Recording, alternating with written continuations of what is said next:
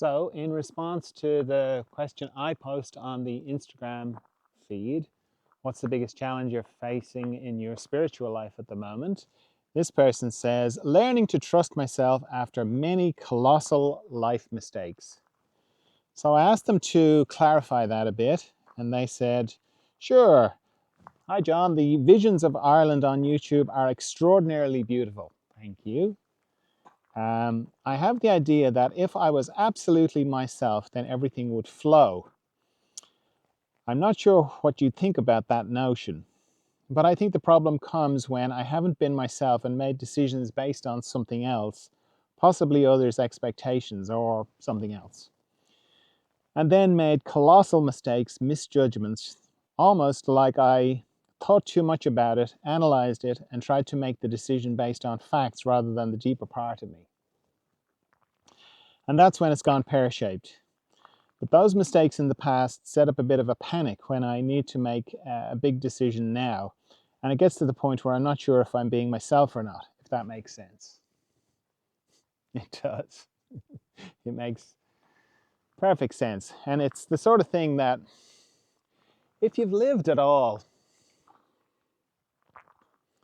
we make these catastrophic mistakes. And we kind of have to. That's part of living. It's part of the process, but it makes it very hard when the next big decision comes along, because we've got the experience. Now we've got, God, I don't want to do that again. I don't want to make another catastrophic mistake. And what did I do? What did I do? How did I make it? And of course, a lot of the times we attribute the mistake to our unconsciousness. We kind of go, we see, oh, well, I just convinced myself this person was the right person for me, and now, of course, I can see very clearly they were the absolute wrong person for me.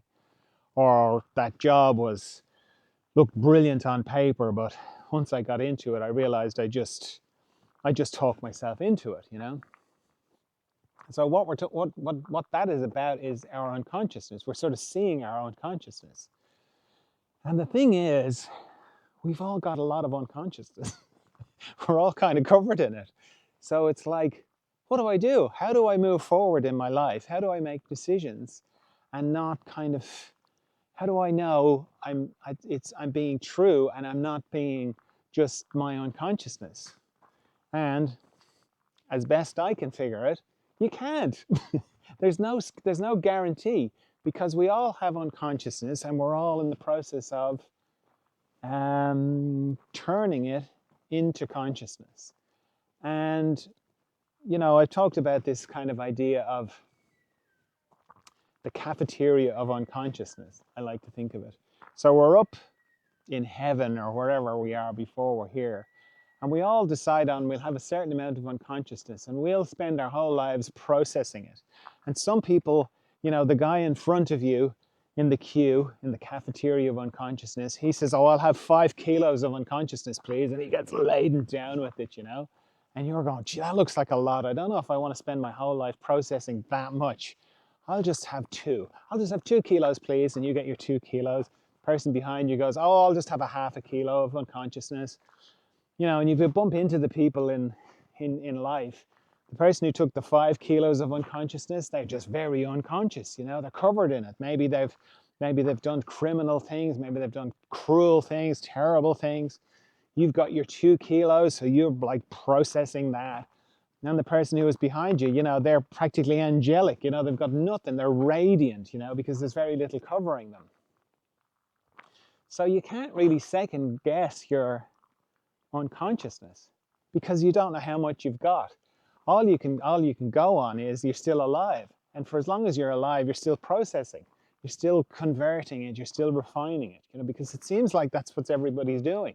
We all seem to be in this process of turning our unconsciousness into consciousness. And you don't even have to be conscious of that for it to happen, because you look around at people, and as they get older, they can become more bitter, more twisted, more entrenched, but generally people become more conscious. It's called wisdom. it's called experience, but they kind of mellow out. They just relax a bit about the things they used not to be relaxed about. They calm down a bit. So it goes on anyway. So you're faced with the decision. You can't know that you're making the right decision ever, really. Yeah, you can have intuition. I've got lovely intuition. I use it all the time. But I still know that blind spots, my blind spots are, by their nature, blind. I am blind to them. You know, it's one of the uses of other people, that we can see each other's blind spots very clearly. We can't see our own. So maybe you have some friends that you can run it by, and they go, I don't know. But then, you know, people, you might be hitting up against their blind spots, so it might be the absolute right thing for you to do, and they might kind of go, no, I'm not so sure. Which, you know, so there's no hard and fast thing. But if you're afraid of your unconscious, that what is afraid of it is also your unconscious, which is a kind of convoluted way of saying you can't be afraid of yourself. You can't be afraid of your shadow, you know? All you can do is just make the best decision that you can in the moment and move forward in growth. And just know that even if this is the worst decision in my life, I'll survive or I won't, you know, but we kind of think, well, we generally survive. We generally get through. So I'll survive, I'll get through, and I'll grow. I'll become more conscious. You can be sure of that. So if you're, you know, if you're focused on, I need to make the right decision for the right outcome, meaning, should I buy this house? I don't know. It could turn out to be a disaster. From that kind of perspective, yes, you could buy the wrong house. It could be a disaster. But if you kind of look at it from the perspective of, it doesn't matter what decision I make, I'm going to grow. I'm going to become more conscious. Then you can't go wrong, because that's going to happen.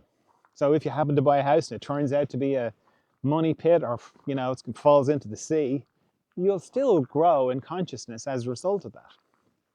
So when you look at it from that point of view, then you can't fail, because you're going to continue to grow in consciousness. And I think that's the only really way you can do it, is to kind of pull back and see the bigger picture and go, yeah, I don't know if this is the right person. I don't know if this is the right job. I don't know anything. But I do know that I'm going to grow in consciousness. And then you can't lose.